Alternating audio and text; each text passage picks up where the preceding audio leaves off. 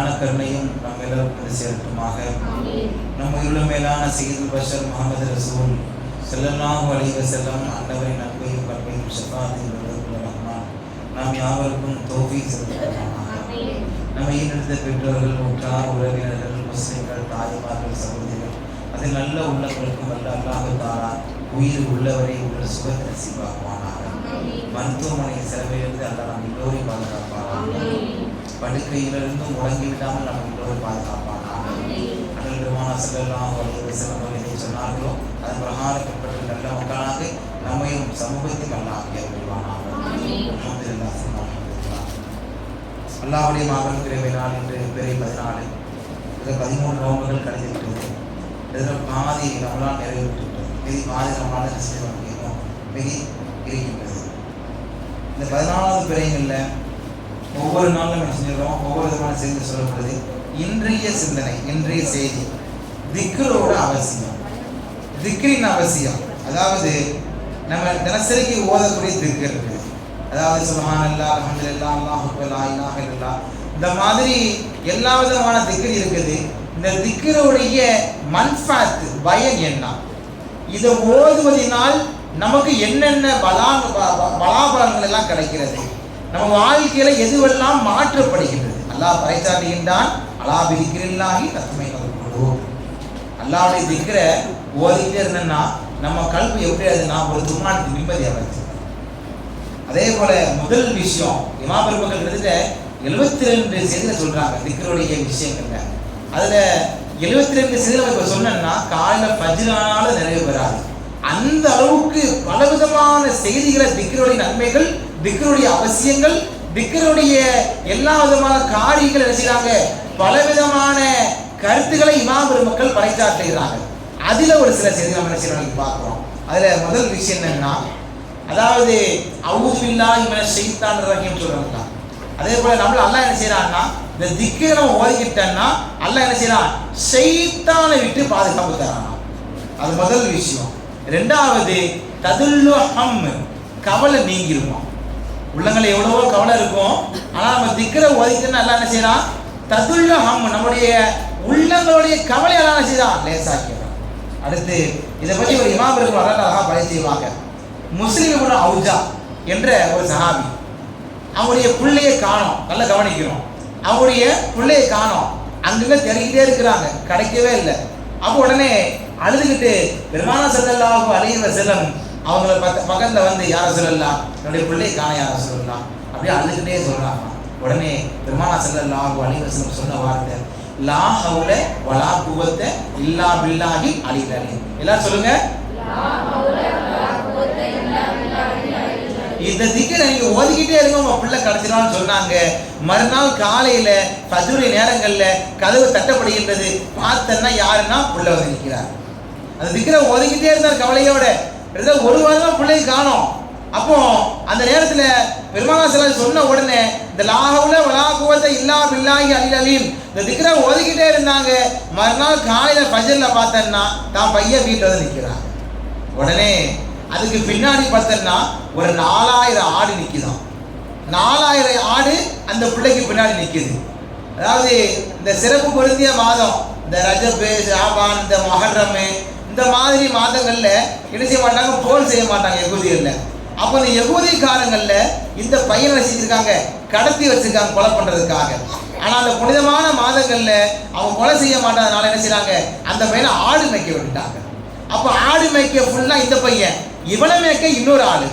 அந்த இன்னொரு ஆள் என்ன செஞ்சாருன்னா, அவரு மதுவுல அப்படியே படுத்து உறங்கிட்டாரு. இவர் இந்த பையனை செஞ்சாரு, வேகமா தன்னுடைய தகப்பனாரை பார்க்க ஓடி வராரு. அந்த ஆடும் பின்னாடியே ஓடி இருந்துச்சு. வந்த உடனே கதவை திறந்த உடனே அந்த லாஹவுல வலா குவத்த இல்லா பில்லா, லாஹவுல வலா குவத்த இல்லா பில்லாஹி அலில் அலீம் இந்த திக்ரை ஓதின காரணத்தினால அந்த பையனும் கிடைச்சா, அல்ல 4000 ஆடு கிடைச்சா நசீபாக. கண்ணியமான தாய்மார்களே, சகோதரிகளே, நம்ம ஏதாவது தொலைஞ்சிட்டோம்னா, கவலை வந்துச்சா என்ன செஞ்சிடணும், இந்த திக்ரை ஓதிட்டே இருக்கணும். ஓதலாமா இன்ஷா அல்லாஹ்? அப்படி நீ ஓதினீங்கன்னா கவலை நீங்கிடும். நீங்க என்ன பொருள் தேருங்க அந்த பொருள் கிடைச்சிடும் இன்ஷா அல்லாஹ். அடுத்ததாக இமாம் அவர்கள் வரலாற்றை பதிவு செய்யறாங்க. அதாவது தக்வாவுல் கல்ப், அதாவது இகவியுல் கல்பு, கல்பு ஸ்ட்ராங்கா இருக்கும். தக்வாவுடைய விஷயங்கள்ல நம்ம திக்ரு ஓதிக்கிறது அல்லாஹ் என்ன செஞ்சிடறான், நம்முடைய கல்விகளை ஸ்ட்ராங்கா ஆக்கிடுறான். எந்த ஒரு கவலை இருக்காது. அல்லாஹ் சொல்றாரா, லா ஹௌஃபுன் அலைஹிம் வலா ஹும் யஹ்சனூன், கவலை இருக்காது, பயம் இருக்காது. யாருக்கு இருக்காது? திக்ரோடு இருப்பவருக்கு அல்லாஹ் செய்ய மாட்டான், கவலை கொடுக்க மாட்டான், பயத்தை கொடுக்க மாட்டான். எவ்வளோ மனங்கள்ல வேதனைகள் வந்தாலும், எவ்வளோ சிரமங்கள் இருந்தாலும் கல்வி எப்படி ஸ்ட்ராங்கா இருந்துகிட்டே இருக்கும். என்ன ஸ்ட்ராங்கா இருக்கும்? உள்ள அல்லாஹ் இருக்கான் என்ற ஒரு மகத்துவமான எண்ணங்கள் இருக்கும் பொழுது எந்த கவலையும் என்ன செய்யக்கூடாது, உள்ளங்கள்ல தீண்டாது. அடுத்ததாக யூனிஸ்ல பொறுப்பெல்லாம் அல்லாஹ் என்ன செய்யறான், நம்ம நெருக்கம் ஆயிடுறான். திக்கிற போது அல்லாஹ் என்ன செய்யறான், நம்ம ரொம்ப பக்கத்துல நெருங்கி வந்துடுறான். அல்லாஹ் அவன்கிட்ட என்ன கேட்டாலுமே கிடைச்சிருமா. இந்த அபூ ஹுரைரா ரலியல்லாஹு என்ன செய்வாங்கன்னா, நமக்கு எல்லாரும் என்ன செய்யணும்னா ஒரு 33 உள்ள தஸ்பீஹ் இருக்கும் அல்லது 100 தஸ்பீஹ் மணி இருக்கும். ஆனா அபூ ஹுரைரா ரலியல்லாஹு அன்ஹு கையில எப்பொழுதும் ஒரு 1000 உருண்டை தஸ்பீஹ் இருக்குமா. எப்பொழுது என்ன செய்வாங்க, திக்ர ஓதிக்கிட்டே இருப்பாங்களாம். ஒரு நாள் கூட அந்த தஸ்பீஹ் மணி முடியாம தூங்கினதே கிடையாது. அப்போ அவங்களுடைய இன்னைக்கு எல்லாருமே நிறைய ஹதீஸ் கிரந்தங்கள்ல பார்த்தோம்னா அந்த அபூ ஹுரைரா ரலியல்லாஹு அன்ஹு கால அபூ ஹுரைரா ரலியல்லாஹு அன்ஹு அங்க இப்படி ஒவ்வொரு ஹதீஸையா பார்த்தோம்னா அதிகமான ரிவாயத்தை அறிவிச்சது யாருன்னா அபூ ஹுரைரா ரலியல்லாஹு அன்ஹு. அது காரணம் என்னன்னா, இந்த மாதிரி ஒரு திக்ரோடையும் பெருமானார் தொடர்பையும் அல்லாஹ் நெருக்கத்தில் இருந்த காரணம் என்ன செய்யுது, இன்னைக்கு சமுதாயத்துல அதிகமான அதிசயம் செஞ்சிருக்காங்க, ரிவாயத் செஞ்சிருக்காங்க. அதே போல அப்துல் அஜீஸ் தாவூதி அவருடைய மகளார், அவருடைய மகள் என்ன செய்வாங்கன்னா ஒரு நாளைக்கு 12,000 திக்ரு ஓதுவாங்க. 12,000 திக்ரு ஓதுவாங்க. அந்த திக்ரை ஓதிக்கிட்டே இருக்கும் பொழுது அந்த அம்மா மவுத் ஆகிட்டாங்க.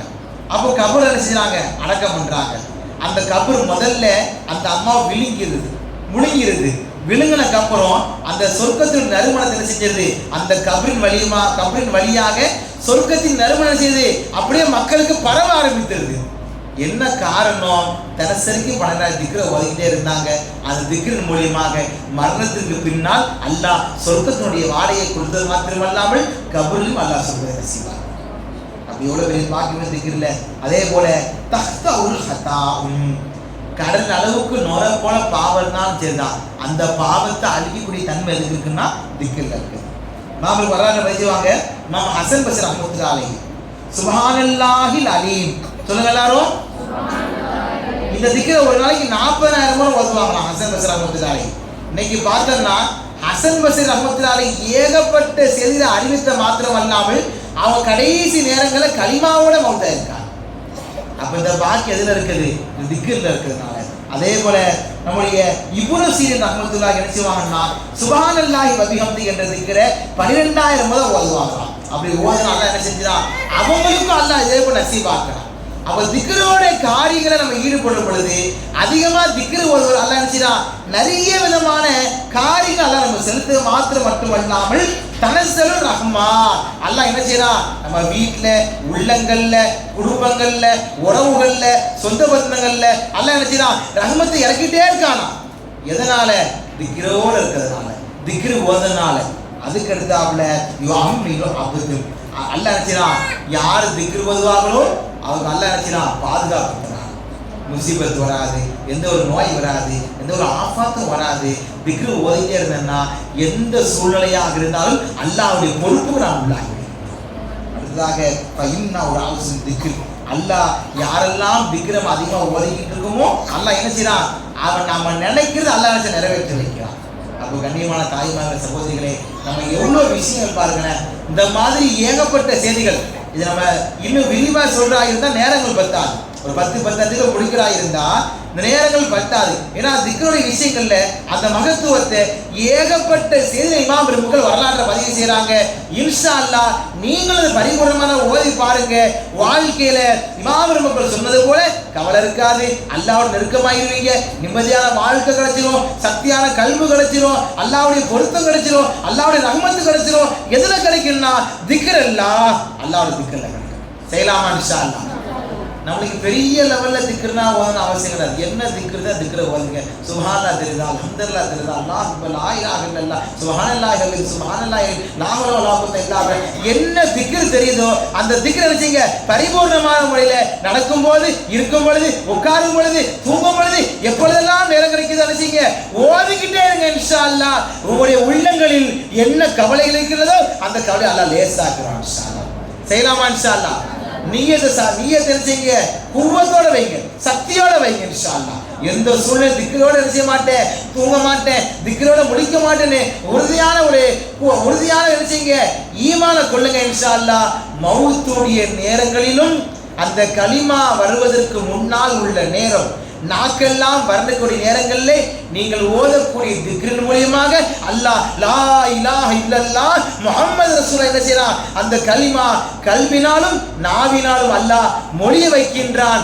யார் இந்த உலகத்திலே திக்ரோடு இருக்கின்றார்களோ அதை நசீபாக்குறான். கண்ணியமான பெருமக்களே, அப்ப நம்ம எல்லாரும் நினைச்சினோம் மௌத்தாகும் பொழுது லா இலாஹ இல்லல்லாஹ் முஹம்மது ரசூலுல்லாஹ் நினைச்சினோம் வாயில வரணும். இன்ஷா அல்லாஹ் செய்யலாமா? இன்ஷா அல்லாஹ். அதே போல கடைசியாக ஒரு செய்தி, ஹஸ்புனல்லாஹு வ நிஅமல் வக்கீல், நிஅமல் மௌலா வ நிஅமல் நசீர். இந்த திக்ர் என்ன செய்யணும்னா ஒவ்வொரு தொழுகைக்கு பின்னால் 11 முறை ஓதணும். 11 முறை வரைக்கும் ஓதி அப்படியே மேலே ஊதி என்ன செய்யணும், அப்படியே கையில் அப்படியே ஊதி ஓதுவாங்கல்ல, அப்படியே ஓதி என்ன செய்யணும், அப்படியே மேலே முகத்தை தடவுனா யாரெல்லாம் கண்ணுடைய பார்வை டிம்மா இருக்கும், கண் பார்வை குறையா இருக்கு என்ன செய்வாங்களா, அந்த கண் பார்வை எல்லாம் என்ன செய்வான் பெரிய லெவலில் ஆக்கிடுவான். செய்யலாமா? இன்ஷா அல்லாஹ் ஒவ்வொரு தொழிலுக்கு அப்புறம் என்ன செய்யணும், ஹஸ்புனல்லாஹு நிஅமல் வக்கீல், நிஅமல் மௌலா வ நிஅமல் நசீர் ஓதலாமா? இன்ஷா அல்லாஹ் ஓதிக்கிட்டே இருங்க. இன்ஷா அல்லாஹ் மௌத்தாக வரைக்கும் அல்லாஹ் கண்ணாடி கூட வைக்க மாட்டான். இன்ஷா அல்லாஹ் தூரத்து பாரு அல்லாஹ் தருவான். இன்ஷா அல்லாஹ் எப்பொழுதும் அப்படியே குர்ஆனை ஓதிக்கிட்டே இருக்கலாம். இன்ஷா அல்லாஹ் செய்யலாமா? இன்ஷா அல்லாஹ் அல்லாஹ் எல்லாத்தையும் கபூல் செய்வானாக. எந்த கடைசி வரைக்கும் அல்லாஹ் திக்ரோடு வாழக்கூடிய மக்களாக நம்ம எல்லோரும் அல்லாஹ் நசீபாக்குவானாக. நல்ல துஆவோடு உங்களுக்கு துஆவை ஆதரவிக்க வண்ணமாக என்னுடைய வார்த்தை நிறைவுபடுத்துகின்றேன். அஸ்ஸலாமு அலைக்கும்.